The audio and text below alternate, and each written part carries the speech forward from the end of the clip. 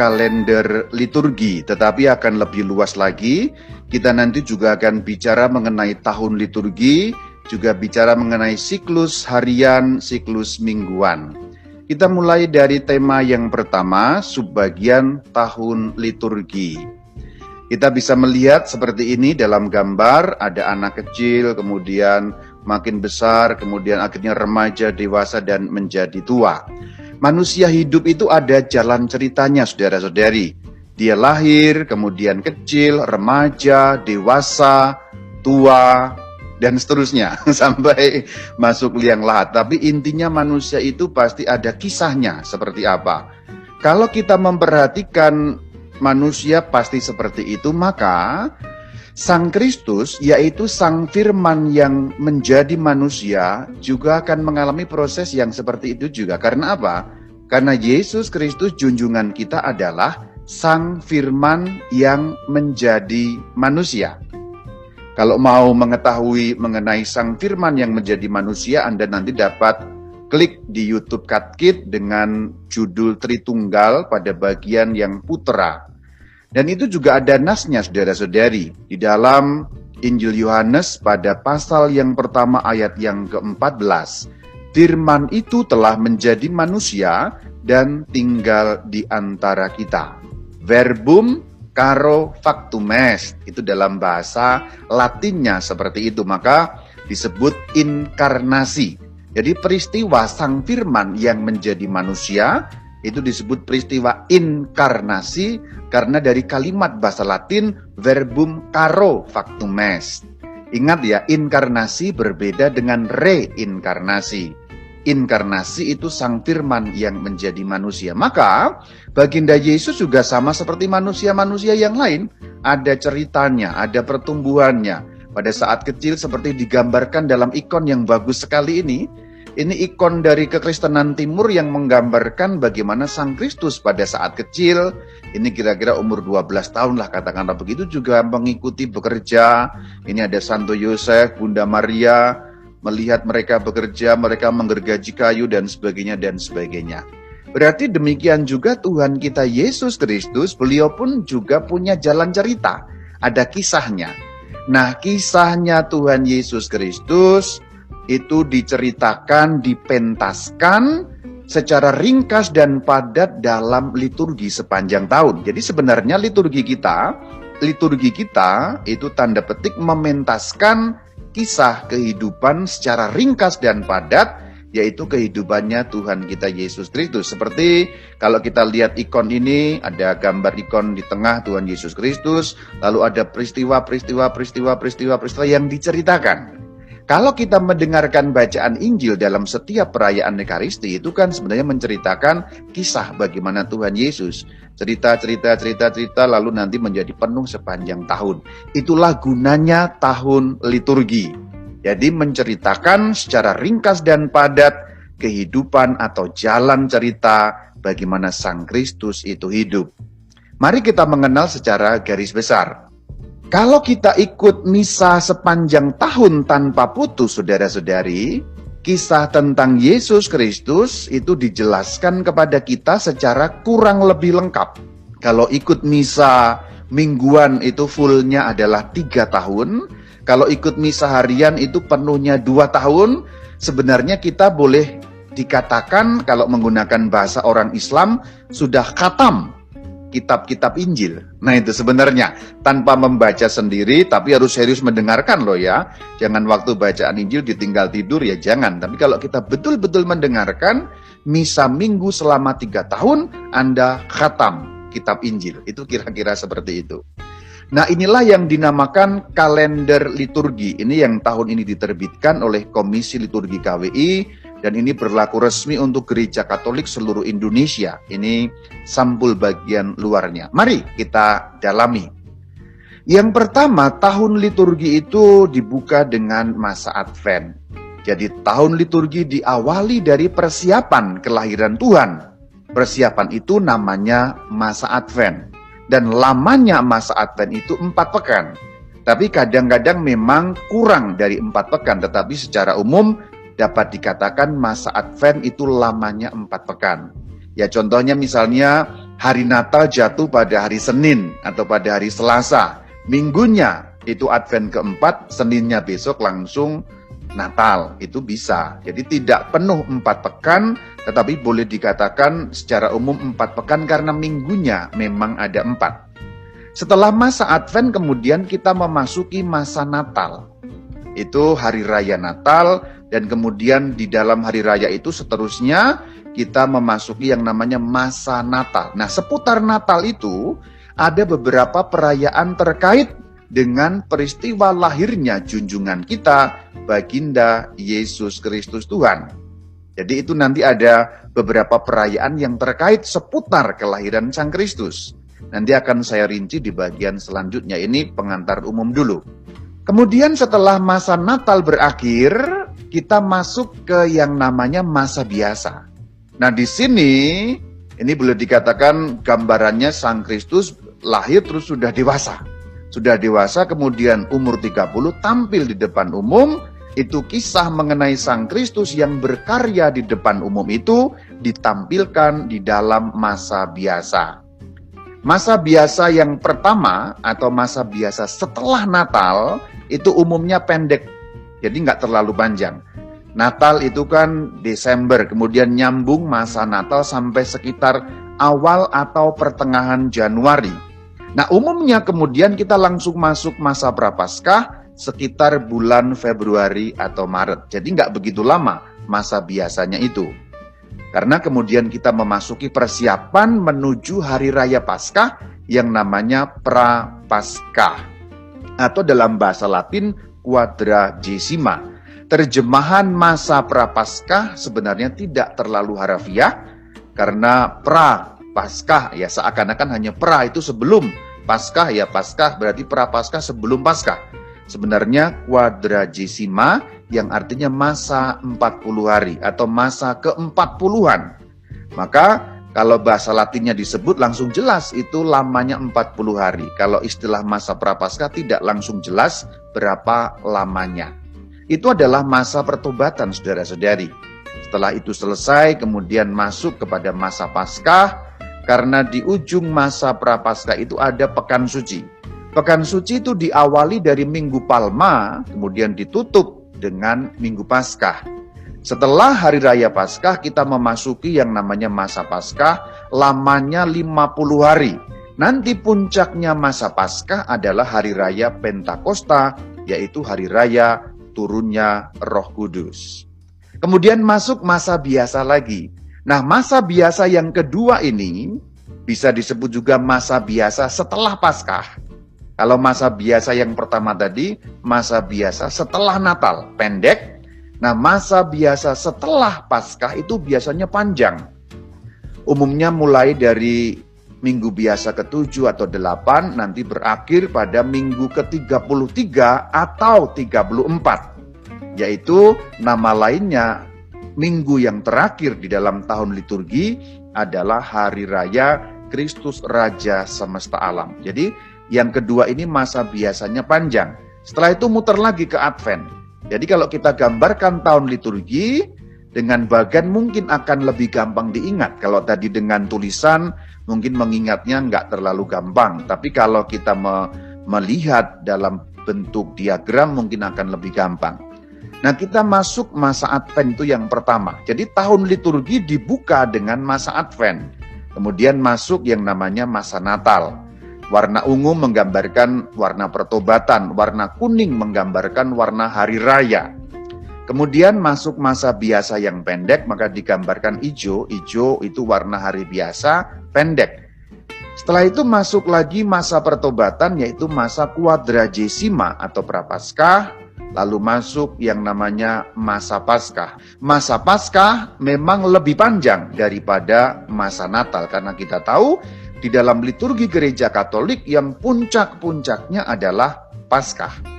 Dan masa Paskah itu merupakan perpanjangan waktu dari perayaan Paskah. Jadi kalau sekarang ini kan masih masa Paskah, kalau Anda mengucapkan selamat Paskah itu masih sah juga sebenarnya. Karena di dalam konsep liturgi, masa Paskah adalah semacam perpanjangan waktu perayaan Paskah. Kemudian masuk lagi masa biasa, yang lebih panjang dan muter lagi. Jadi muter terus seperti itu. Inilah pola tahun liturgi. Kalau Anda perhatikan sepanjang tahun, pasti akan dibuka dengan Advent, kemudian ditutup dengan masa biasa yang paling ujungnya adalah Hari Raya Kristus Raja Semesta Alam. Sekarang kita lihat siklus Natal. Nah, siklus Natal sebenarnya dimulai dari masa Advent. Jadi ini yang disebut bagian Natal atau section Natal. Sebenarnya masa Advent itu juga bagian dari siklus Natal sebagai persiapan menuju pada perayaan Natal. Dan kemudian hari rayanya yang diperpanjang dengan menggunakan masa Natal.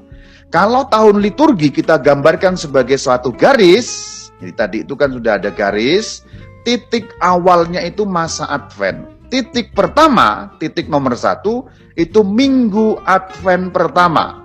Kemudian nyambung Advent kedua, ketiga, dan keempat. Saya gambarkan seperti ini. Jadi dibuka dengan minggu Advent pertama, kemudian Senin, Selasa, Rabu, Kamis, minggu lagi Advent yang kedua, Senin, Selasa, Rabu, Kamis, minggu lagi Advent yang ketiga, 1 pekan, sampai kemudian Advent yang keempat.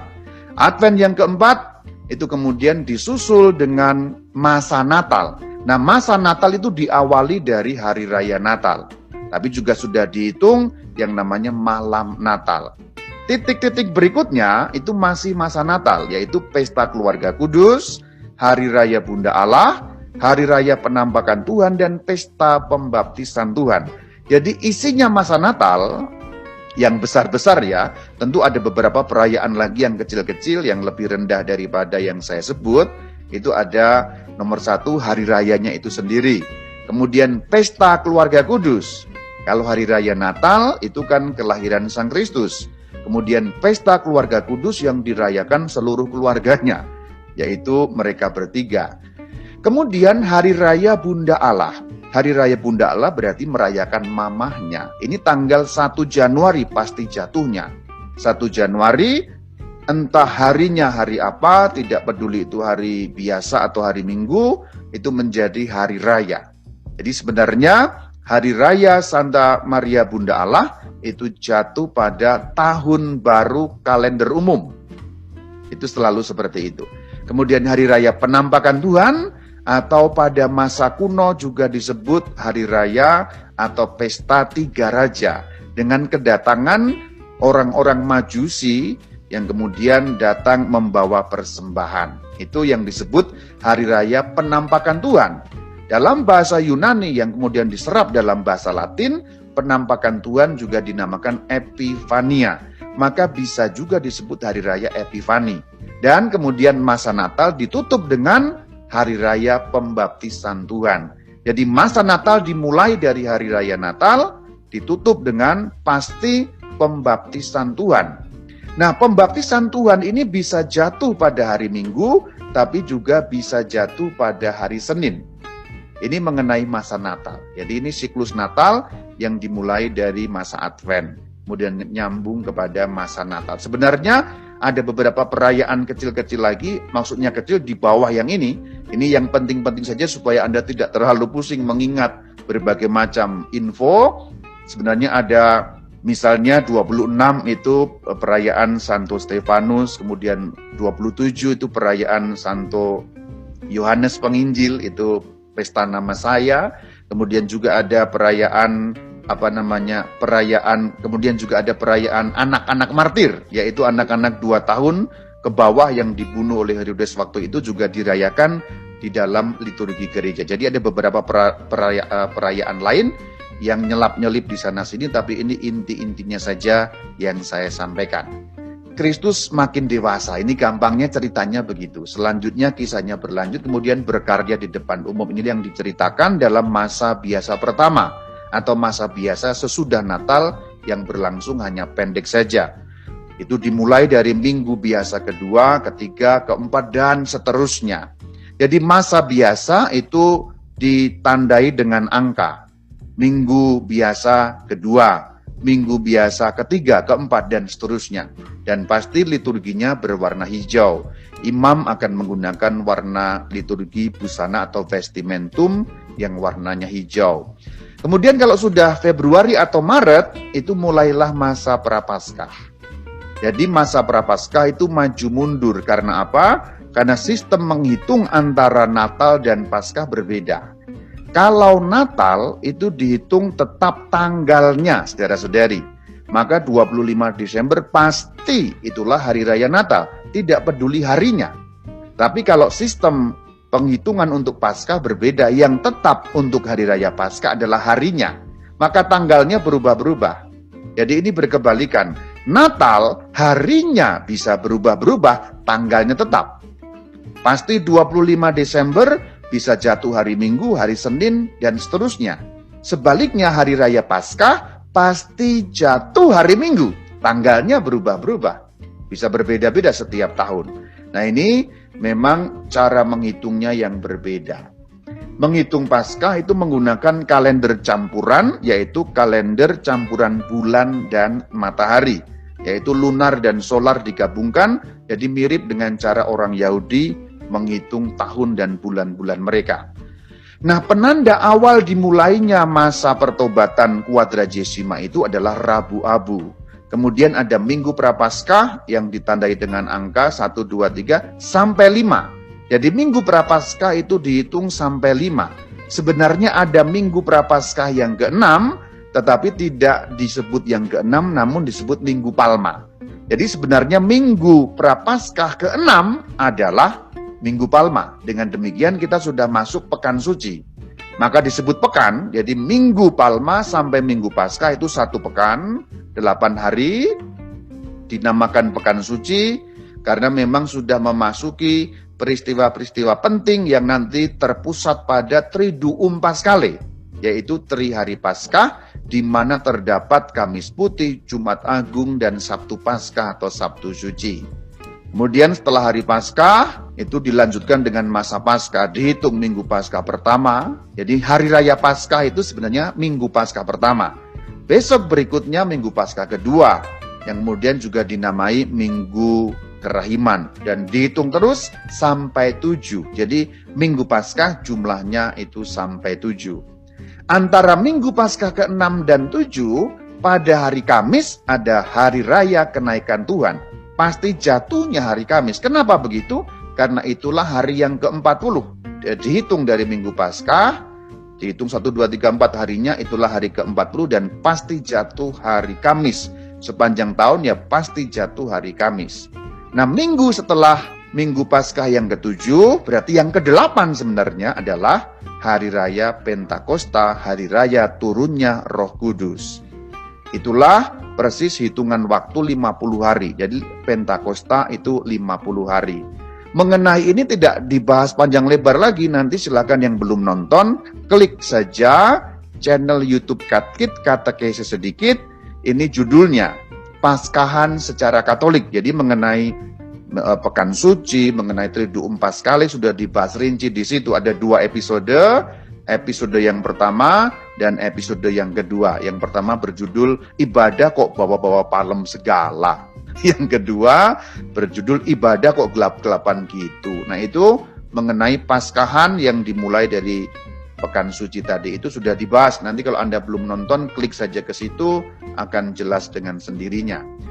Maka kita langsung lanjut kepada masa biasa. Nah, masa biasa yang kedua atau masa biasa setelah Paskah itu nyambung panjang, akhir ujungnya adalah Hari Raya Kristus Raja. Itulah perjalanan umum liturgi Katolik dalam setahun dan itu akan berulang terus seperti itu. Dimulai dari Advent, kemudian masa Natal, masa biasa, masuk Quadragesima, masa Paskah, kemudian masuk masa biasa lagi, balik lagi ke Advent dan muter terus seperti itu. Kita lihat masa biasa yang ini memang panjang seperti yang terlihat di dalam bagannya. Nah, ujungnya yang dengan kode Z itu adalah Hari Raya Kristus Raja. Itu juga pasti jatuh hari Minggu, yaitu hari Minggu terakhir di dalam siklus liturgi. Bisa hari Minggu ke-33, bisa juga hari Minggu ke-34. Itulah yang disebut Hari Raya Kristus Raja semesta alam. Awalnya, jadi kalau kita ditanya, tahun liturgi itu awalnya apa? Minggu Advent pertama. Tahun liturgi itu akhirnya apa? Hari Raya Kristus Raja atau Minggu Hari Raya Kristus Raja. Inilah awal dan akhir siklus tahun liturgi. Jadi setelah Minggu Kristus Raja, minggu depannya sudah masuk lagi Minggu Advent yang pertama. Jadi sebenarnya saudara-saudari, tahun liturgi itu bukan diawali seperti tahun kalender umum atau kalender Masehi yang dimulai 1 Januari, tetapi sebenarnya sudah dimulai maju sedikit, umumnya akhir November sudah mulai dengan Minggu Advent yang pertama. Jadi ada sedikit perbedaan antara cara menghitung kalender Masehi, kalender umum, dengan kalender penanggalan liturgi. Catatan yang belum muncul di penjelasan saya tadi adalah di sana-sini nyelap-nyelip di berbagai macam tempat itu ada perayaan Orang Kudus. Jadi dimanapun, hampir setiap bulan itu ada perayaan para kudus. Atau bukan hampir setiap bulan malah ada. Dengan berbagai tingkat, yaitu ada yang tingkat hari raya, ada yang tingkat pesta, ada yang tingkat peringatan. Itu kelasnya liturgi. Ada yang kelas 1, ada yang kelas 2, ada yang kelas 3. Kelas 1 itu kalau hari raya. Kemudian kelas 2 kalau pesta, kelas 3 itu kalau peringatan. Atau kalau bukan perayaan Orang Kudus berarti hari biasa. Misalnya Senin, pekan biasa, keberapa itu yang disebut hari biasa, itu kelas yang ketiga. Nanti dengan membaca kalender liturgi akan lebih jelas lagi apa maksudnya ada 3 kelas itu. Nah sekarang kita akan masuk kepada siklus mingguan dan harian. Sekarang kita akan lihat bahwa tahun liturgi itu berputarnya, kan itu sebenarnya kan muter, balik lagi gitu. Berputarnya menurut 2 putaran. Putaran minggu, siklus minggu, dan putaran harian. Jadi sebenarnya saudara-saudari, bacaan dalam misa dan juga bacaan dalam ofisi sholatnya orang Katolik, itu putaran minggu dan putaran harian itu berbeda. Maka kadang-kadang seperti diulang. Belum lama, contohnya ada yang bertanya, Romo kok bacaannya diulang ya Romo ya? 2 Mei itu hari Minggu, bacaan itu sudah dibacakan kok tanggal 5 Mei itu hari Rabu kok diulang lagi bacaannya Romo. Itu apa salah ya? Oh tidak salah. Karena memang putarannya berbeda, siklusnya berbeda. 2 Mei itu hari Minggu, maka menggunakan putaran Minggu. Tanggal 5 Mei itu hari biasa, putaran lingkaran harian. Jadi seperti diulang karena memang putarannya berbeda, saudara-saudari.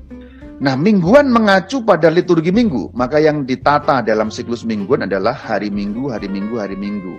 Yang harian berarti yang non-minggu, berarti Senin sampai Sabtu. Kalau kita memperhatikan siklus mingguan, itu terbagi menjadi 3 tahun. Berarti ada tahun A, ada tahun B, ada tahun C. Ini maksudnya apa? Maksudnya supaya dengan siklus 3 tahun itu, seluruh Injil secara umum sudah dapat terbaca.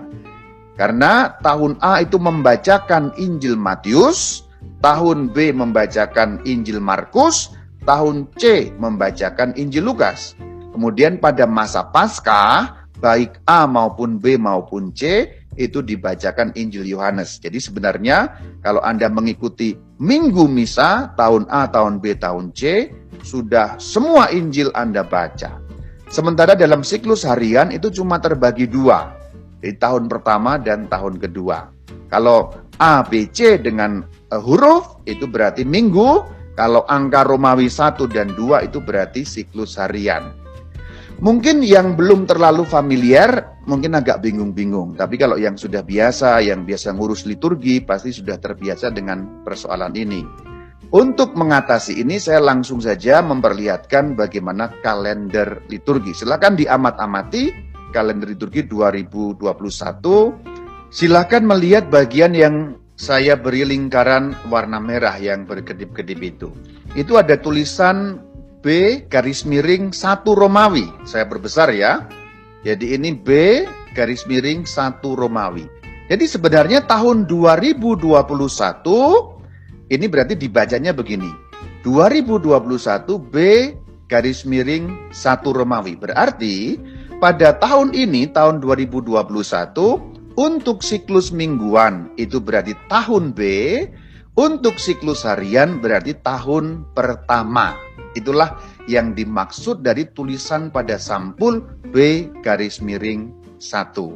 Nah, tahun liturgi baik mingguan maupun harian itu berulang terus. Jadi nanti kalau sudah A, B, kemudian C, ya nanti balik lagi ke A. Contoh tahun 2021 ini kan B. 2022 itu C, nanti 2023 itu kembali kepada A lagi. Sementara untuk kembalinya 1 dan 2 ya hanya selang-seling. Tahun ini 1 kalau untuk harian, tahun depan tahun yang kedua. Bagaimana cara untuk kalau nggak pakai kalender, bagaimana cara untuk menandai tahun itu? Begini caranya, untuk siklus harian, tahun pertama dan kedua, tahun 1 dan tahun 2, itu selalu jatuh pada ganjil kalau itu tahun pertama. Jadi sebenarnya tandanya gampang. Ciri untuk mengetahui siklus harian, kalau tahunnya ganjil berarti tahun pertama. Contohnya kan tahun ini, 2021 itu pasti tahun liturgi pertama. Tahun 2020 itu genap, jadi pasti tahun liturgi yang kedua. Asal tahun yang manapun, kalau itu ganjil itu tahun pertama, kalau itu genap itu tahun kedua. Begitulah cara menandai, meskipun kita tidak membuka kalender liturgi langsung tahu ini tahun apa ya, tahun pertama atau tahun yang kedua untuk siklus harian. Nah, sementara untuk yang kalender siklus mingguan, itu sedikit lebih rumit. Begini patokannya. Yang menjadi patokan itu adalah tahun C, saudara-saudari. Jadi menghitungnya, polanya dari tahun C dulu. Bagaimana cara menghitungnya?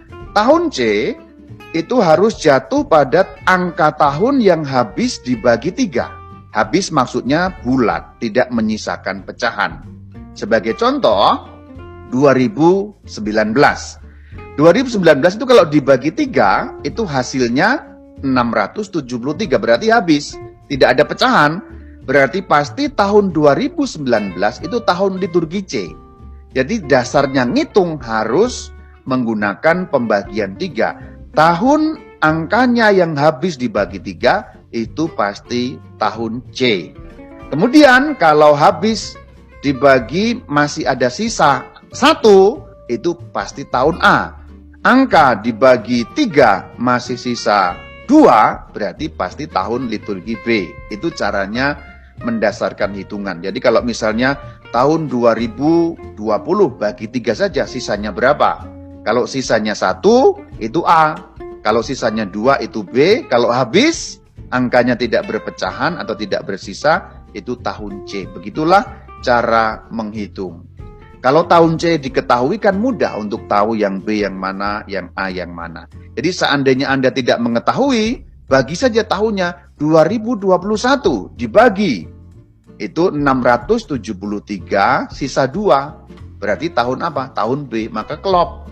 Tahun ini kan tahun B. Nah ini sekarang kita akan lihat bagaimana kalender liturgi secara lebih praktisnya. Ini kan tadi baru pengetahuan umumnya di situ. Mungkin beberapa di antara kita sudah pernah melihat isi dalamnya kalender liturgi. Bagi yang sudah biasa ini memperkaya lagi bagaimana cara menghitungnya, saudara-saudari. Nah kemudian kalau Anda yang memang belum terlalu biasa, saya akan fotokan. Jadi saya sudah foto isi dalamnya itu seperti apa, sambil memberi petunjuk-petunjuk supaya Anda kalau membeli buku ini, Anda dapat mengerti bagaimana cara membacanya. Dan saya anjurkan setiap tahun Anda membeli buku ini karena buku ini sangat murah. Kira-kira mungkin hanya sekitar 15.000 gitu ya, murah sekali. Atau 20.000 lah, intinya murah lah. Anda bagi 12 itu kan dipakai setahun. Ini penting sekali, penting karena kalau Anda mau mengikuti misa, Anda sudah bisa membuka dari situ, menyiapkan dulu nanti hari Sabtu bacaannya apa. Meskipun memang sekarang gampang didapatkan mengenai penanggalan liturgi, tetapi yang di internet tidak selengkap yang di sini. Kalau yang di sini lengkap sekali. Kita akan melihat sekarang secara praktis ilmu membaca kalender liturgi. Percayalah pada saya, ilmunya tidak sulit, tetapi juga tidak gampang. Pengurus liturgi yang sudah lama pun belum tentu kalau ditanya tahu apa yang ada di dalam kode-kode dalam kalender liturgi. Ini sampulnya sudah kita lihat yang tadi. Nah ini dalamnya. Saya berikan contoh saja yang akan kita alami sebentar lagi, yaitu Hari Raya Kenaikan Tuhan. Jatuhnya kan 13 Mei 2021. Nah, ini seperti ini bagian kalender liturgi, salah satu bagian. Tanggal-tanggal yang lain kurang lebih juga isinya seperti itu. Nanti akan saya tunjukkan beberapa perbandingannya. Silakan diamat-amati lebih dulu isinya kalender liturgi. Nanti saya ajari cara membacanya. Sekarang perhatikan yang digaris bawah dengan warna merah. Ada tulisan 13, kemudian KM. Itu menunjukkan tanggal. Berarti 13, nah di atas itu ada tulisan Mei. Tidak kena foto, tapi di bagian atas ada tulisan Mei. Jadi di bagian ujung atas, sehingga kita tahu bulan apa. Nah, tanggal ini ditunjukkan dengan angka 13. KM menunjukkan nama hari, berarti tanggal 13 hari Kamis. Itulah kode untuk tanggal dan hari. Kemudian maju sedikit. Nah, ini adalah nama perayaan. Maka dicetak dengan tebal dan kapital. Nah, ini juga nanti ada fungsinya. Cetakan-cetakan ini bagaimana yang tebal, bagaimana yang tidak tebal, yang huruf kapital, yang tidak kapital, semua punya arti dan makna. Nanti di bagian agak akhir saya akan jelaskan beberapa kegunaan penebalan dengan kapital dan sebagainya itu. Hari Raya Kenaikan Tuhan berarti status pada tanggal 13 Mei hari Kamis itu hari raya. Jadi itu yang dinamakan status liturgi atau kelas liturgi. Karena ada yang hari raya, ada yang pesta, ada yang peringatan, dan hari biasa atau peringatan itu sama. Kemudian lanjut di depan ada tanda kurung dengan P. P itu menunjukkan warna liturgi. P berarti putih. Nanti kalau M itu berarti merah. Kalau H itu berarti hijau dan seterusnya dan seterusnya. Jadi ini menunjukkan bahwa Hari Raya Kenaikan Tuhan warna liturginya putih sehingga imam tidak keliru untuk mengambil kasula hari itu apa yang dirayakan dan warna liturginya apa. Lanjut, ada tulisan E di situ. Ada tulisan E dengan ditebalkan dan kapital itu menunjukkan kalender atau petunjuk untuk Ekaristi. Jadi setelah ini adalah petunjuk Ekaristi. E berarti Ekaristi. Bagaimana Ekaristi itu dirayakan, petunjuk-petunjuk liturgi yang khusus akan dicetak di bagian setelah huruf E ini. Sekarang perhatikan Kem dan Syah. Kem Syah, apa ini Romo Kem Syah? Kan tadi sudah ada E ya, berarti petunjuk setelah huruf E adalah petunjuk mengenai perayaan Ekaristi. Ada Kem dan Syah. Kem itu berarti singkatan untuk kemuliaan. Artinya, imam yang merayakan perayaan Hari Raya Kenaikan Tuhan, jangan sampai lupa untuk mengangkat doa atau nyanyian kemuliaan. Karena kelas perayaan liturgi membedakan, ada yang tidak pakai kemuliaan, ada yang pakai kemuliaan. Nah, hari ini, yaitu Hari Raya Kenaikan Tuhan, harus pakai kemuliaan. Syah berarti syahadat atau kredo. Maka jangan lupa untuk mengucapkan kredo. Itu maksudnya seperti itu. Ini petunjuk untuk imam, tapi juga untuk umat pada umumnya. Jadi seandainya nanti Anda sudah tahu, oh itu ada kemuliaan dan syahadat, romonya lupa, Anda bisa bisik-bisik. Romo, kredonya lupa. Nah, misalnya begitu. Bagian selanjutnya, pref kenaikan. Itu juga singkatan. Tapi kalau ini sebenarnya hanya petunjuk untuk imam yang merayakan perayaan itu, karena ini merupakan petunjuk untuk prefatio. Prefatio atau prefasi, itu ada banyak pilihan. Nah, nanti imam harus membuka prefatio hari kenaikan. Jadi pref kenaikan tidak boleh yang lain. Karena apa? Karena dalam suatu perayaan kadang-kadang prefatsionya itu wajib, kadang-kadang tidak wajib. Maksudnya wajib berarti harus yang itu, tidak boleh yang lain. Maksudnya yang tidak wajib berarti boleh menggunakan variasi prefasi mana suka. Mana suka itu maksudnya ya yang mana yang disukai oleh si imam, pilih saja. Tapi kalau ini berarti imam tidak bisa seenaknya memilih prefatio, harus yang itu. Yang mana? Yang ditunjukkan dengan tulisan prefasi kenaikan. Nanti tinggal dibuka dalam buku TPE dan kemudian sudah jelas manakah yang dimaksud. Kemudian ada kus. Kom itu artinya komunikantes, kus berarti khusus. Ini petunjuk untuk mendoakan doa syukur agung. Nah, ini sebenarnya petunjuk untuk para imam.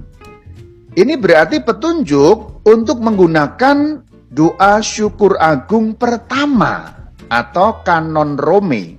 Kanon Romawi berarti pada hari raya kenaikan Tuhan semestinya imam menggunakan doa syukur agung pertama yang di dalamnya ada doa komunikantes khusus. Jadi ini sebenarnya alusi atau arahan supaya imam mendoakan doa syukur agung pertama. Sayangnya di Indonesia keterangan komunikantes diabaikan.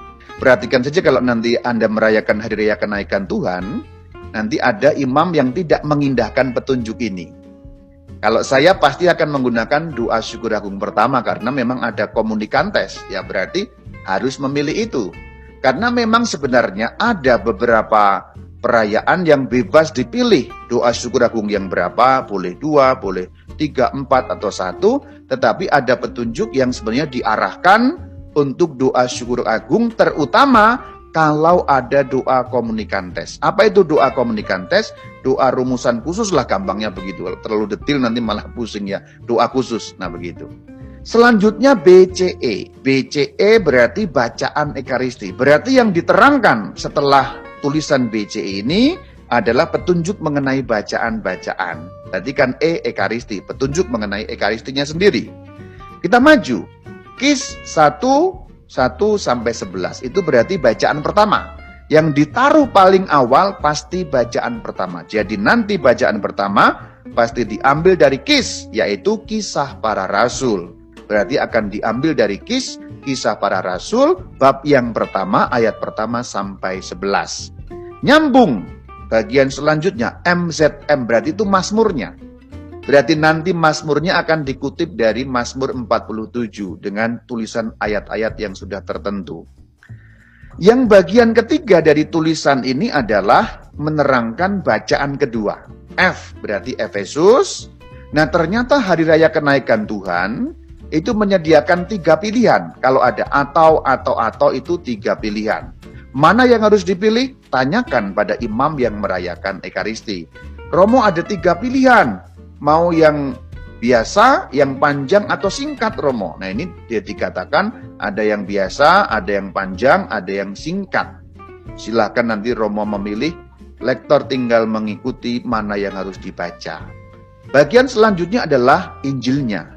Jadi nanti Injilnya pasti diambil dari Markus seperti yang sudah dituliskan itu. Jadi itulah yang mengenai BCE, itu bacaan Ekaristi. Selanjutnya huruf O. O di situ maknanya ofisi. Jadi rupanya kalender liturgi tidak hanya mengatur soal Ekaristi tapi juga soal ofisi. Apa itu ofisi, Rama? Ofisi adalah sholatnya orang Katolik. Jadi di situ juga diatur bagaimana ofisi dirayakan. Ya ada Vesper, itu kalau sore hari. Ya sayangnya memang kalau di Indonesia ini orang Katolik lebih hafal nama sholatnya orang Islam daripada nama sholatnya sendiri. Saya berani taruhan bahwa Anda yang mendengarkan lebih hafal nama sholatnya orang Islam daripada nama sholatnya orang Katolik kan? Yakin saya. Anda bisa dengan fasih menyebutkan subuh, kemudian zuhur, kemudian isya, maghrib. Tapi coba, ayo sholatnya orang Katolik namanya apa? Gak tahu kan? Ya mulai dari sore itu namanya Vesper. Kemudian kalau yang tengah malam nggak wajib namanya Matutina. Kemudian ada Officio Lectionis. Kemudian nanti pagi-pagi Laudes. Kemudian Hora Media, itu bisa 3 kali. Kemudian pada sore hari kita mendoakan Vesper lagi. Nah itulah nama-nama. Ini juga sudah saya bahas di bagian, saya lupa judulnya. Oh iya, ibadat orang Kristen awal. Itu sudah saya bahas juga. Kembali ke laptop sini, kembali ke O ya. Selanjutnya ada tulisan khusus, altuh. Apa itu maksudnya? Khusus berarti harus diucapkan altuh. Altuh itu Allah Tuhan. Itu berarti madah te deum. Madah te deum berarti harus diucapkan oleh yang merayakan ofisi pada hari itu. Mada Te Deum umumnya memang diucapkan pada hari raya yang besar. Selanjutnya BCO itu apa? Mirip dengan BCE. Kalau BCE bacaan Ekaristi, BCO bacaan ofisi. Jadi sebenarnya ofisi itu juga punya siklus bacaan terpisah, saudara-saudari. Ofisi itu bisa diambil bacaannya dari Alkitab, tapi juga bisa diambil dari tradisio atau tradisi suci. Itu biasanya ditunjukkan di sana. Ini cara membaca sehingga kita tahu hari itu bagaimana tata cara ekaristinya, tata cara ofisi, bacaannya, dan lain sebagainya. Di bagian ini ada catatan. Karena kadang-kadang pada hari raya tertentu atau pada perayaan tertentu ada catatan yang dimuat meskipun tidak selalu. Catatan berarti keterangan tambahan. Apa yang terbaca di sana? Saya bacakan. Lilin Paskah tetap dipasang dekat altar dan dinyalakan dalam setiap perayaan Ekaristi sampai Pentakosta. Berarti ini keterangan tambahan supaya imam tidak bingung atau koster tidak bingung bahwa lilin Paskah jangan dulu diambil, tetap dinyalakan pada perayaan Ekaristi sampai pada hari Pentakosta. Catatan yang kedua, besok berarti hari Jumat, ya ini kan hari Kamis, besok mulai novena Pentakosta. Dianjurkan supaya tema-tema novena Pentakosta diambil dari bacaan-bacaan misa pada hari yang bersangkutan. Nah ini catatan supaya lebih jelas lagi bagaimana praktek selanjutnya.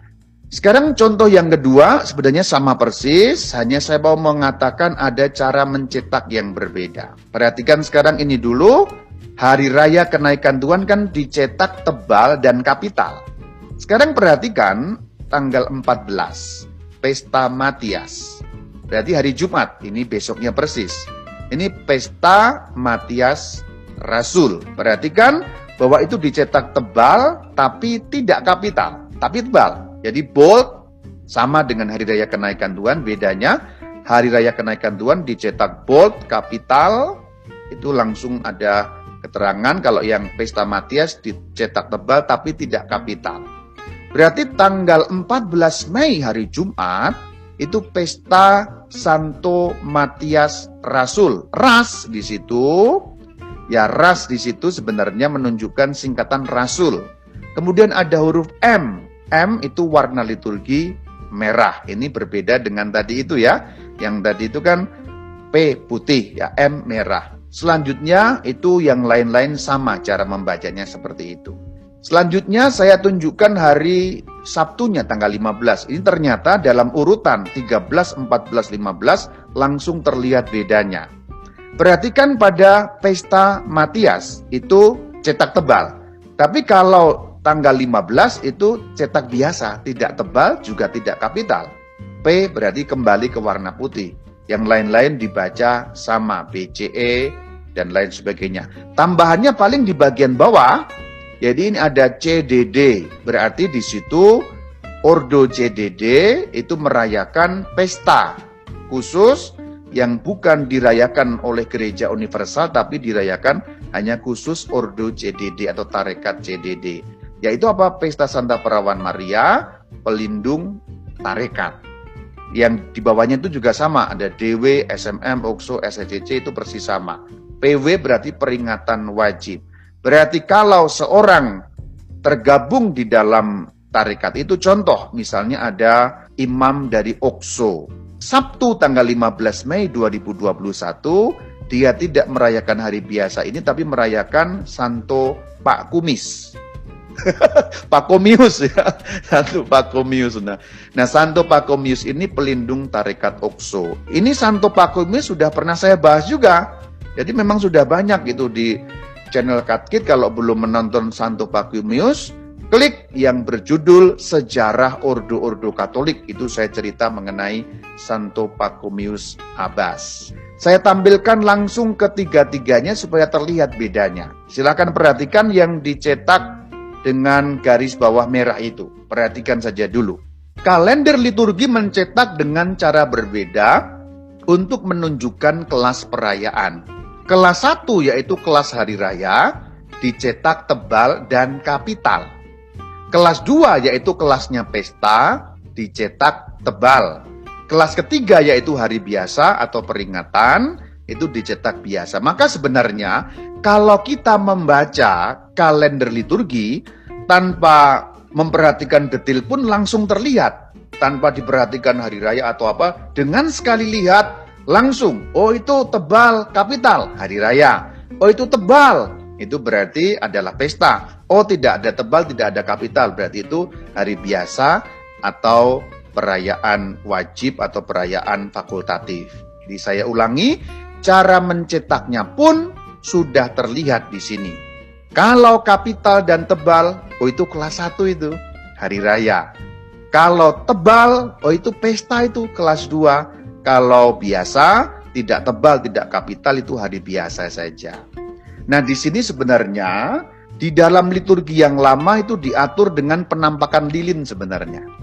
Kalau hari biasa lilinnya 2. Memang ini bukan kewajiban. Kalau saya sih mempraktekkan. Kalau Anda melihat lilin 6, itu berarti itu perayaannya kelas pertama, hari raya. Ada juga gereja yang perayaan apapun pokoknya lilinnya hanya 2 gitu. Ya itu boleh-boleh saja. Pelit amat. Itu boleh-boleh saja. Tapi kalau dengan penataan lilin itu juga sudah bisa menunjukkan kan bagus sebenarnya. Begitu ada lilin 6, wah itu hari raya. Hari raya apa ya? Kalau ada lilin 4, pesta. Hari biasa lilinnya hanya 2. Tapi itu sekali lagi, itu kebiasaan lama yang tidak menjadi kewajiban. Kalau dilakukan bagus, kalau tidak juga tidak apa-apa.